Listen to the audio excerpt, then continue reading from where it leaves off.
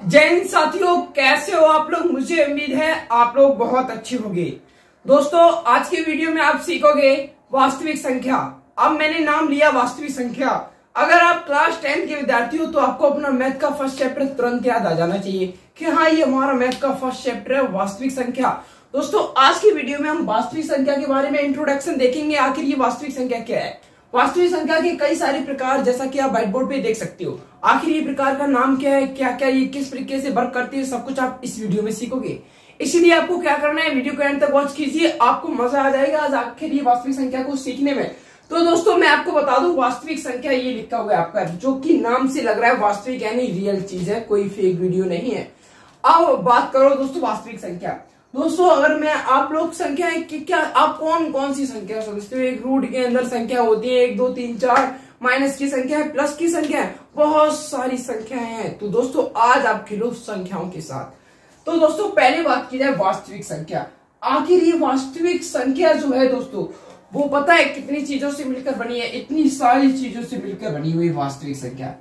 यानी दोस्तों, अगर मैं कहूं जो भी संख्या यहाँ पे लिख दूं वो वास्तविक होगी। अगर दोस्तों मैं यहाँ पे लिख दूं 1, ये भी एक वास्तविक संख्या है। अगर मैं यहाँ पे लिख दूं 1 करोड़, वो भी एक वास्तविक संख्या है। अगर मैं यहाँ पे लिख दूं 10 अरब, वो भी एक वास्तविक संख्या है। अगर मैं लिख दूं रूट 5 करोड़, वो भी एक वास्तविक संख्या है। अगर मैं लिख दूं 6/5, वो भी एक वास्तविक संख्या है। आखिर ये वास्तविक संख्या इतनी है, लेकिन दोस्तों इनको इनकी कैटेगरी वाइज बांटा गया है, वो आप देखोगे। तो दोस्तों, अब मैं बात करूं वास्तविक संख्या की। किसकी? वास्तविक संख्या की। तो इसमें दोस्तों दो संख्याएं आती हैं, एक परिमेय संख्या, एक अपरिमेय संख्या। यानी दोस्तों, जो आपकी वास्तविक संख्या है वो दोस्तों दो संख्याओं से मुख्यतः मिलकर बनी हुई है। कितनी संख्याओं से? दो संख्याओं से। एक परिमेय संख्या होती है और एक होती है अपरिमेय संख्या। अब आपने दोस्तों बहुत पहले पढ़ा होगा कि आखिर परिमेय संख्या क्या है, लेकिन आज की वीडियो में अब मैं आपको ये भी बताऊंगा कि परिमेय और भिन्न संख्या में अंतर क्या होता है। बहुत सारे बच्चों को पता ही नहीं होता है, लेकिन आज आप सीखोगे। अब दोस्तों बात करते हैं कि आपकी परिमेय संख्या क्या है। दोस्तों, अब आप देखोगे कि आपकी ये परिमेय संख्या क्या है। कौन सी संख्या? परिमेय संख्या, जो आपको पता होना चाहिए था। परिमेय दोस्तों, आपको इसकी डेफिनेशन पता ही होगी। वे संख्याएं जो p/q के रूप में लिख दें, यानी उन संख्याएं, वे सभी संख्याएं जो दोस्तों p/q के बटे में लिखी होती हैं, उन्हें हम परिमेय संख्या कहते हैं। रुको जरा दोस्तों, एक पॉइंट और इसमें ऐड कर दो, नहीं तो आप गलत कर दोगे। वे सभी संख्याएं जो p/q के रूप में लिखी होती हैं, वे क्या होती है? परिमेय संख्याएं। लेकिन आपको इसमें से एक चीज और जोड़ देनी है, जहां पर ये जो q साहब है। कौन से साहब? ये जो q साहब है, यानी ये जो q साहब है, वो कभी भी 0 नहीं होना चाहिए। अच्छा, अब आप समझ गए क्यों मैं लेकिन क्यों बोल रहा था। वो मैं इसीलिए बोल रहा था दोस्तों, क्योंकि वास्तविक यानी दोस्तों वास्तविक संख्या के अंतर्गत जिसमें आप पढ़ रहे हो परिमेय संख्या। अब मैंने आपको क्या कर दिया, परिमेय संख्या की बता दी डेफिनेशन। मैंने पहले डेफिनेशन बताई, वे संख्याएं जो p/q के रूप में लिखी होती हैं उन्हें हम परिमेय संख्या कहते हैं। लेकिन मैंने ये भी बताया था कि q जो होना चाहिए, ये q जो भाई साहब है, वो कभी 0 नहीं होना चाहिए। यानी दोस्तों, अगर मैं ये लिख देता हूँ 2/0, तो ये आपकी एक परिमेय संख्या नहीं है। ये गलती आप मत कर देना, क्योंकि दोस्तों ये p/q के फॉर्म में तो लिखी है, लेकिन आपने यहाँ पे पढ़ा है जो q भाई साहब है वो कभी 0 नहीं होना चाहिए, यानी ये एक परिमेय संख्या नहीं है। तो दोस्तों, वास्तविक संख्या की मतलब कि दोस्तों परिमेय संख्या की डेफिनेशन, यानी परिमेय रेशनल नंबर, इंग्लिश में बोलते हैं रेशनल नंबर। परिमेय संख्या की डेफिनेशन निकल के आ गई, वे संख्याएं जो p/q के रूप में लिखी हो, परंतु लेकिन q बराबर 0 नहीं होना चाहिए। तो वे हमारी संख्याएं कौन सी होंगी दोस्तों? वे हमारी संख्या होंगी परिमेय संख्या। जैसे दोस्तों 7/6, देखो p/q के रूप में है, q 0 भी नहीं है। यहाँ पे लिख दो -7/6, 3/4, -2/5। ये सभी दोस्तों आपकी कैसी संख्या है? परिमेय संख्या है। उम्मीद है दोस्तों आप अच्छी तरीके से सीख गए हो कि आखिर परिमेय संख्या क्या है। अब दोस्तों सीखते हैं अपरिमेय संख्या। अपरिमेय संख्या कौन सी नंबर? ये हो गया। अब हम देखेंगे इसका, ये एक हो गया था, दूसरा क्या है? अपरिमेय। अपरिमेय ये आपको बताना होगा। दोस्तों, एक बहुत ही क्वेश्चन प्रचलित रहता है कि पाई कैसी संख्या है। अब आप लोग सोच रहे हो पाई एंड पाई, ये रहा पाई। आपको पता है कि इसका मान होता है 22/7, यानी ये p/q के रूप में लिखी है, और यहाँ पर q भाई साहब जो कि 0 भी नहीं है, चलो लगा दी परमेय संख्या। बट दोस्तों यहीं पर आप चूक जाते हो। पाई जो है वो एक परमेय संख्या नहीं है, पाई एक अपरमेय संख्या है। पूछो क्यों? क्योंकि दोस्तों जब तक ये पाई के रूप में यानी ये पी बाई क्यू के रूप में नहीं लिखी है, इसलिए आप इसे परमेय संख्या नहीं कह सकते। लेकिन अगर दोस्तों मैं इसका मान लिख देता हूं तो ये एक परमेय संख्या है, बट पाई एक परमेय संख्या नहीं है, पाई एक अपरमेय संख्या है। क्या दोस्तों? पाई एक अपरमेय संख्या है। अपरमेय संख्या ये सीख गए होंगे। अब मैं दोस्तों आपको एक जल्दी सी कोई ऐसी डेफिनेशन बता दो जिससे मेरा काम हो जाए। तो दोस्तों मैं आपको बताऊं, आप ऐसे याद रख लीजिए, रूट अंडर रूट यानी रूट तो समझते होगे, ये रहा, ये इसको बोलते हैं अंडर रूट या रूट। रूट के अंतर्गत, रूट के अंदर, क्या दोस्तों? रूट के अंदर वे सभी वास्तविक संख्याएं, रूट के अंदर सभी वे वास्तविक संख्याएं जिनका स्क्वायर पूर्ण नहीं होता है। यानी दोस्तों रूट के अंतर्गत, रूट के अंदर वे सभी संख्याएं जिनका हम वर्गमूल एक पूर्ण नहीं निकाल सकते, यानी जिनका वर्गमूल पूर्ण नहीं निकलता है, वे अपरमेय संख्या होती है। अच्छा फिर देखो मैं एक एग्जांपल ले लेता हूं। अगर दोस्तों मैं यहाँ पे ले लूं रूट के अंदर 13, तो आपको पता है दोस्तों 13 किसी का वर्ग नहीं है। क्या किसी का वर्ग है? नहीं है। तो दोस्तों अगर मैं अंडर रूट के 13 लेता हूं तो ये एक अपरमेय संख्या है। कैसी है? अपरमेय संख्या। अच्छा दोस्तों एक और बताओ, अगर मैं ले लूं रूट के अंदर 4, अगर दोस्तों मैं ले लेता हूं रूट के अंदर 4, तो दोस्तों यहाँ पर आपको पता है इसका आंसर आ जाएगा 2, क्योंकि 2 का वर्ग होता है 4। अब आप कहोगे कि भाई साहब ये 4 ले लिया तो इसका आंसर अपरमेय क्यों नहीं हुआ? वो इसलिए नहीं हुआ मेरे दोस्तों, क्योंकि अगर आप रूट के अंदर 4 ले लोगे तो मैंने बताया था जिनका आंसर पूर्ण नहीं आना चाहिए, तो इसका आंसर तो पूर्ण आया। तो आप कहोगे बताओ ये फिर कौन सी संख्या है? अच्छा दोस्तों आपको पता होना चाहिए कि किसी भी संख्या के नीचे हम 1 लिख सकते हैं, यानी ये एक छुपा रहता है। इतना अच्छा होता है कि ये छुपा रहता है। तो दोस्तों आप देखो यहाँ पर ये पी बाई क्यू की फॉर्म में लिख गया, और क्यू सब 0 नहीं है, इसलिए ये क्या हो जाएगी? परमेय संख्या हो जाएगी।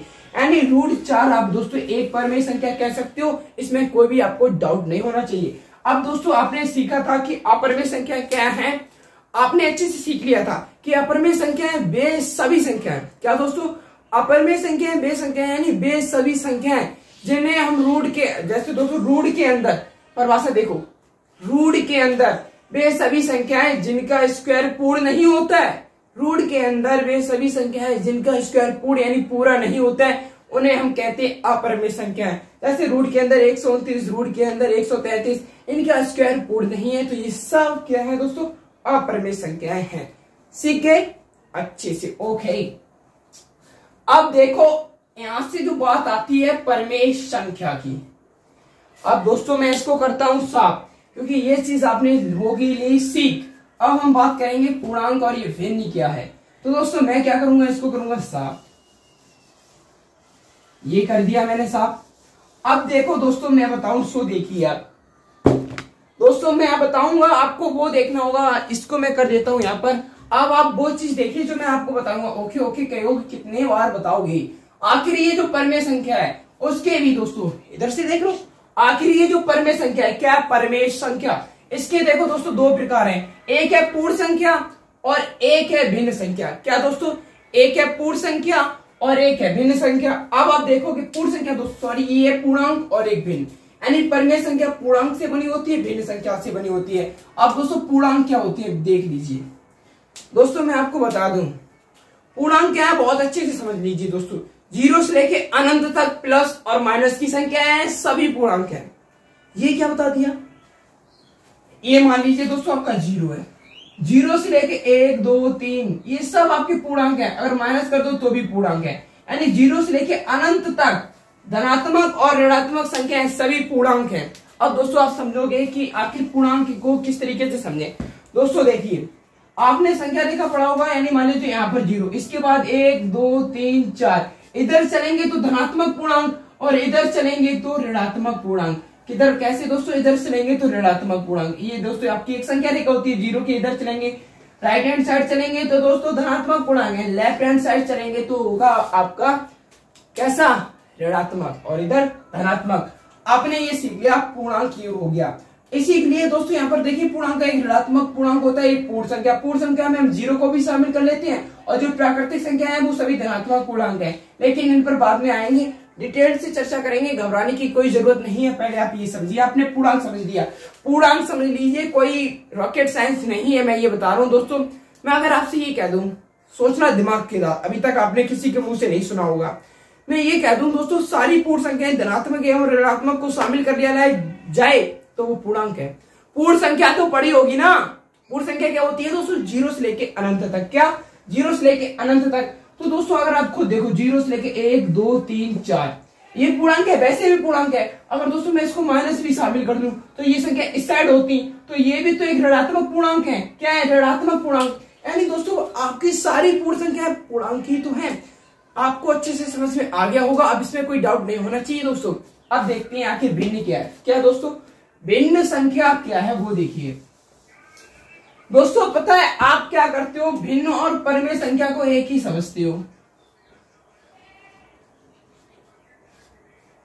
अब बात करेंगे कि दोस्तों भिन्न और परमेय भिन्न क्या है, और हम यहाँ पर ये भी देखेंगे कि भिन्न संख्या और परमेय संख्या में क्या अंतर है। What is actual difference of rational number and fraction number, जो आपको पता होना चाहिए दोस्तों। भिन्न संख्या की डेफिनेशन भी वही है और परमेय संख्या की डेफिनेशन वही है। तो आप कहोगे तो फिर वही है, डेफिनेशन वही है, तो फिर वो भी वही होगा। वो भी वही मतलब संख्याएं भी दोनों एक जैसी होंगी। लेकिन आप थोड़ा गलती करते हो दोस्तों। भिन्न और परमेय संख्या में बिल्कुल एक छोटा सा अंतर है जो आपको पता होना चाहिए और जो आपको कोई बताता ही नहीं है। कोई क्या, मैंने दोस्तों अपने दोस्तों से भी पूछा, उन्होंने नहीं बता पाया, फिर मैंने उनको बताया, तो मैं आज आपको बताता हूँ दोस्तों। जो आपकी भिन्न संख्या होगी, क्या दोस्तों? जो आपकी भिन्न संख्या होगी, आप देख लो, P/Q के रूप में लिखी जाएगी और ये Q ऐसा होंगे जो कभी भी जीरो नहीं होंगे, ये तो आप जान ही लो। यानी जो भिन्न संख्या होगी, क्या दोस्तों? जो आपकी भिन्न संख्या होगी वो P/Q के रूप में लिखी होगी और Q भाई साहब कभी भी जीरो नहीं होंगे। क्या नहीं होंगे? जीरो नहीं होंगे। कौन? Q भाई साहब। अब आप देख लो, आपने पढ़ा था, अब मैं इधर परमेय संख्या को भी डिफाइन करूंगा। किधर? इधर परमेय। परमेय की भी डेफिनेशन आपने सीखी थी। वे संख्या जो P/Q के रूप में लिखी होती हैं और यहाँ पर Q भाई साहब क्या नहीं होंगे? जीरो नहीं होंगे। यानी दोस्तों आप इसको आप ये भी कह सकते हो अंश बटे यार। अब आप एक चीज समझिए, आपने देखा डेफिनेशन दोनों जगह सेम है। अब मैं क्या बताने जा रहा था? मैं ये बताने जा रहा था कि भिन्न संख्या और परमेय संख्या में अंतर होगा। वो क्या होगा? देखिए दोस्तों, आपकी जो भिन्न संख्याएं होंगी, कौन सी संख्याएं? भिन्न संख्याएं। वो क्या होंगी वो देखिए दोस्तों। जो आपकी मान लीजिए ये क्या है? भिन्न संख्याएं। अब भिन्न संख्याएं ऑलवेज धनात्मक। क्या दोस्तों यहाँ पे आप समझ पाए? देखियो ऐसे समझोगे दोस्तों, अब यहाँ पर दिमाग लगा लेना, बिल्कुल अच्छे से समझ जाओगे। जो भिन्न संख्या होंगी वो दोस्तों हमेशा धनात्मक ही होंगी, यानी प्लस वाली। जैसे दोस्तों 7/6, 8/6, 9/6, ये सब भिन्न संख्याएं हैं। अगर दोस्तों मैं यहाँ पर माइनस लगा लूं तो ये भिन्न संख्या नहीं है। यानी आपने यहाँ से एक निष्कर्ष निकाल लिया होगा कि आपकी जो भी भिन्न होगी, हाथ खोलकर, दिमाग खोलकर, कान खोलकर, जो कुछ खोलना है सब खोल लो और सीख जाओ कि जो कुछ भी आपकी भिन्न संख्या होगी वो हमेशा एक धनात्मक होगी। कैसी होगी? धनात्मक। 7/6, 8/6, 9/6, ये सारी भिन्न संख्याएं हैं। जो भी धनात्मक हो P/Q के रूप में हो, Q होगा वो जीरो बराबर नहीं होना चाहिए, तो वो सभी संख्याएं कैसी होंगी? भिन्न होंगी। यानी दोस्तों आपने एक चीज देख ली, जो यहाँ पे धनात्मक का सिस्टम है वही भिन्न है। लेकिन दोस्तों फिर आप कहोगे अच्छा ये परमेय बताओ, तो दोस्तों परमेय यानी परमेय संख्या होगी वो धनात्मक की भी होगी, ऋणात्मक की भी होगी, यानी ये दोनों हो सकती है। यानी दोस्तों अगर मैं यहाँ पे लिख दूं 7/6, ये भी एक परमेय है। अगर मैं यहाँ पे लिख दूं -7/6, ये भी एक परमेय संख्या है। समझ पा रहे हो दोस्तों? यानी दोस्तों मैं लिख दूं 3/4, परमेय संख्या है, भिन्न भी है। अगर मैं दोस्तों यहाँ पे लिख दूं -3/4, तो दोस्तों ये एक परमेय संख्या है, भिन्न संख्या नहीं है। दोस्तों मैंने आपको बता दिया, जो आपकी भिन्न संख्या होगी वो हमेशा धनात्मक होगी। जो भिन्न संख्या होगी वो हमेशा धनात्मक होगी, और जो परमेय संख्या होगी वो धनात्मक भी होगी, ऋणात्मक भी होगी। यानी दोस्तों आपने सीख लिया कि जो भिन्न संख्या होती है, fraction number are always positive and rational number are positive and negative. यानी दोस्तों आपका परमेय संख्या होगी वो धनात्मक भी हो सकती है, ऋणात्मक भी हो सकती है, लेकिन जो भिन्न होगी वो हमेशा धनात्मक, यानी दृढ़ निश्चित होकर कहेगी कि हाँ मैं धनात्मक हूं, मुझे कोई ऋणात्मक नहीं कर सकता। तो आपने सीख लिया कि जो भिन्न है वो धनात्मक है और जो परमेय है वो क्या है? ऋणात्मक है। अच्छा मेरे एक क्वेश्चन बताओ, मेरा क्वेश्चन ये है कि क्या सभी भिन्न संख्याएं परमेय संख्याएं होती हैं? फिर से सुन लो, अगर कान में कुछ हो तो निकाल लो। मेरा क्वेश्चन ये है, क्या सभी भिन्न संख्याएं परमेय संख्याएं होती हैं? क्या सभी भिन्न संख्याएं परमेय संख्या होती हैं? तो आपको बताना है क्या सभी भिन्न, क्या ये सभी भिन्न परमेय संख्याएं हैं? जी हाँ दोस्तों, बिल्कुल परमेय संख्याएं हैं। सभी भिन्न संख्याएं परमेय संख्याएं होती हैं, बट लेकिन किंतु परंतु सभी परमेय संख्याएं भिन्न संख्या नहीं होती है। अब आपने देख लिया कि परमेय संख्या में ये अंतर था और भिन्न संख्या में ये अंतर था। सीख गए ना? मुझे पता है आप सीख गए हो, क्योंकि आप बुद्धिमान प्राणी हो।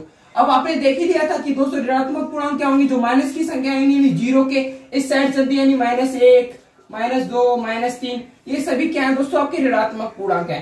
पूर्ण संख्याएं क्या होती है दोस्तों? वो देख लो, यानी 0 से लेके 0, 1, 2, 3, 4, ये जहां से जाएंगी अनंत तक, ये सभी क्या है दोस्तों? आपकी पूर्ण संख्या है। कौन सी संख्या है दोस्तों? पूर्ण संख्या, जो तो आपको अच्छे से पता होगा। और दोस्तों पूर्ण संख्या में दोस्तों क्या करते हैं? एक और संख्या होती है पूर्ण संख्या में, प्राकृतिक संख्या, जिसे हम नेचुरल नंबर भी बोलते हैं दोस्तों। क्या? प्राकृतिक संख्या। अब प्राकृतिक संख्या देख लीजिए, प्राकृतिक संख्या क्या है दोस्तों? जो 1, 2, 3, यानी दोस्तों 0 को हटा दिया जाए तो सारी पूर्ण संख्या है प्राकृतिक संख्या है। क्या दोस्तों? 0 को हटा दें। अब दोस्तों जो ये प्राकृतिक संख्या है वो 1, 2, 3, यानी दोस्तों जितनी भी आपकी प्राकृतिक संख्या है वो सभी धनात्मक है, यानी धनात्मक पूर्णांक है। आपने आज क्या सीखा दोस्तों? आपने आज वास्तविक संख्या के बारे में सब कुछ सीख लिया। अब दोस्तों आपको वास्तविक संख्या के बारे में कुछ नहीं बचा है। अब मुझे उम्मीद है दोस्तों ये जो आज का वीडियो रहा वो आपके बहुत महत्वपूर्ण हुआ होगा और आपका पिछले कक्षाओं का रिवीजन भी हुआ होगा।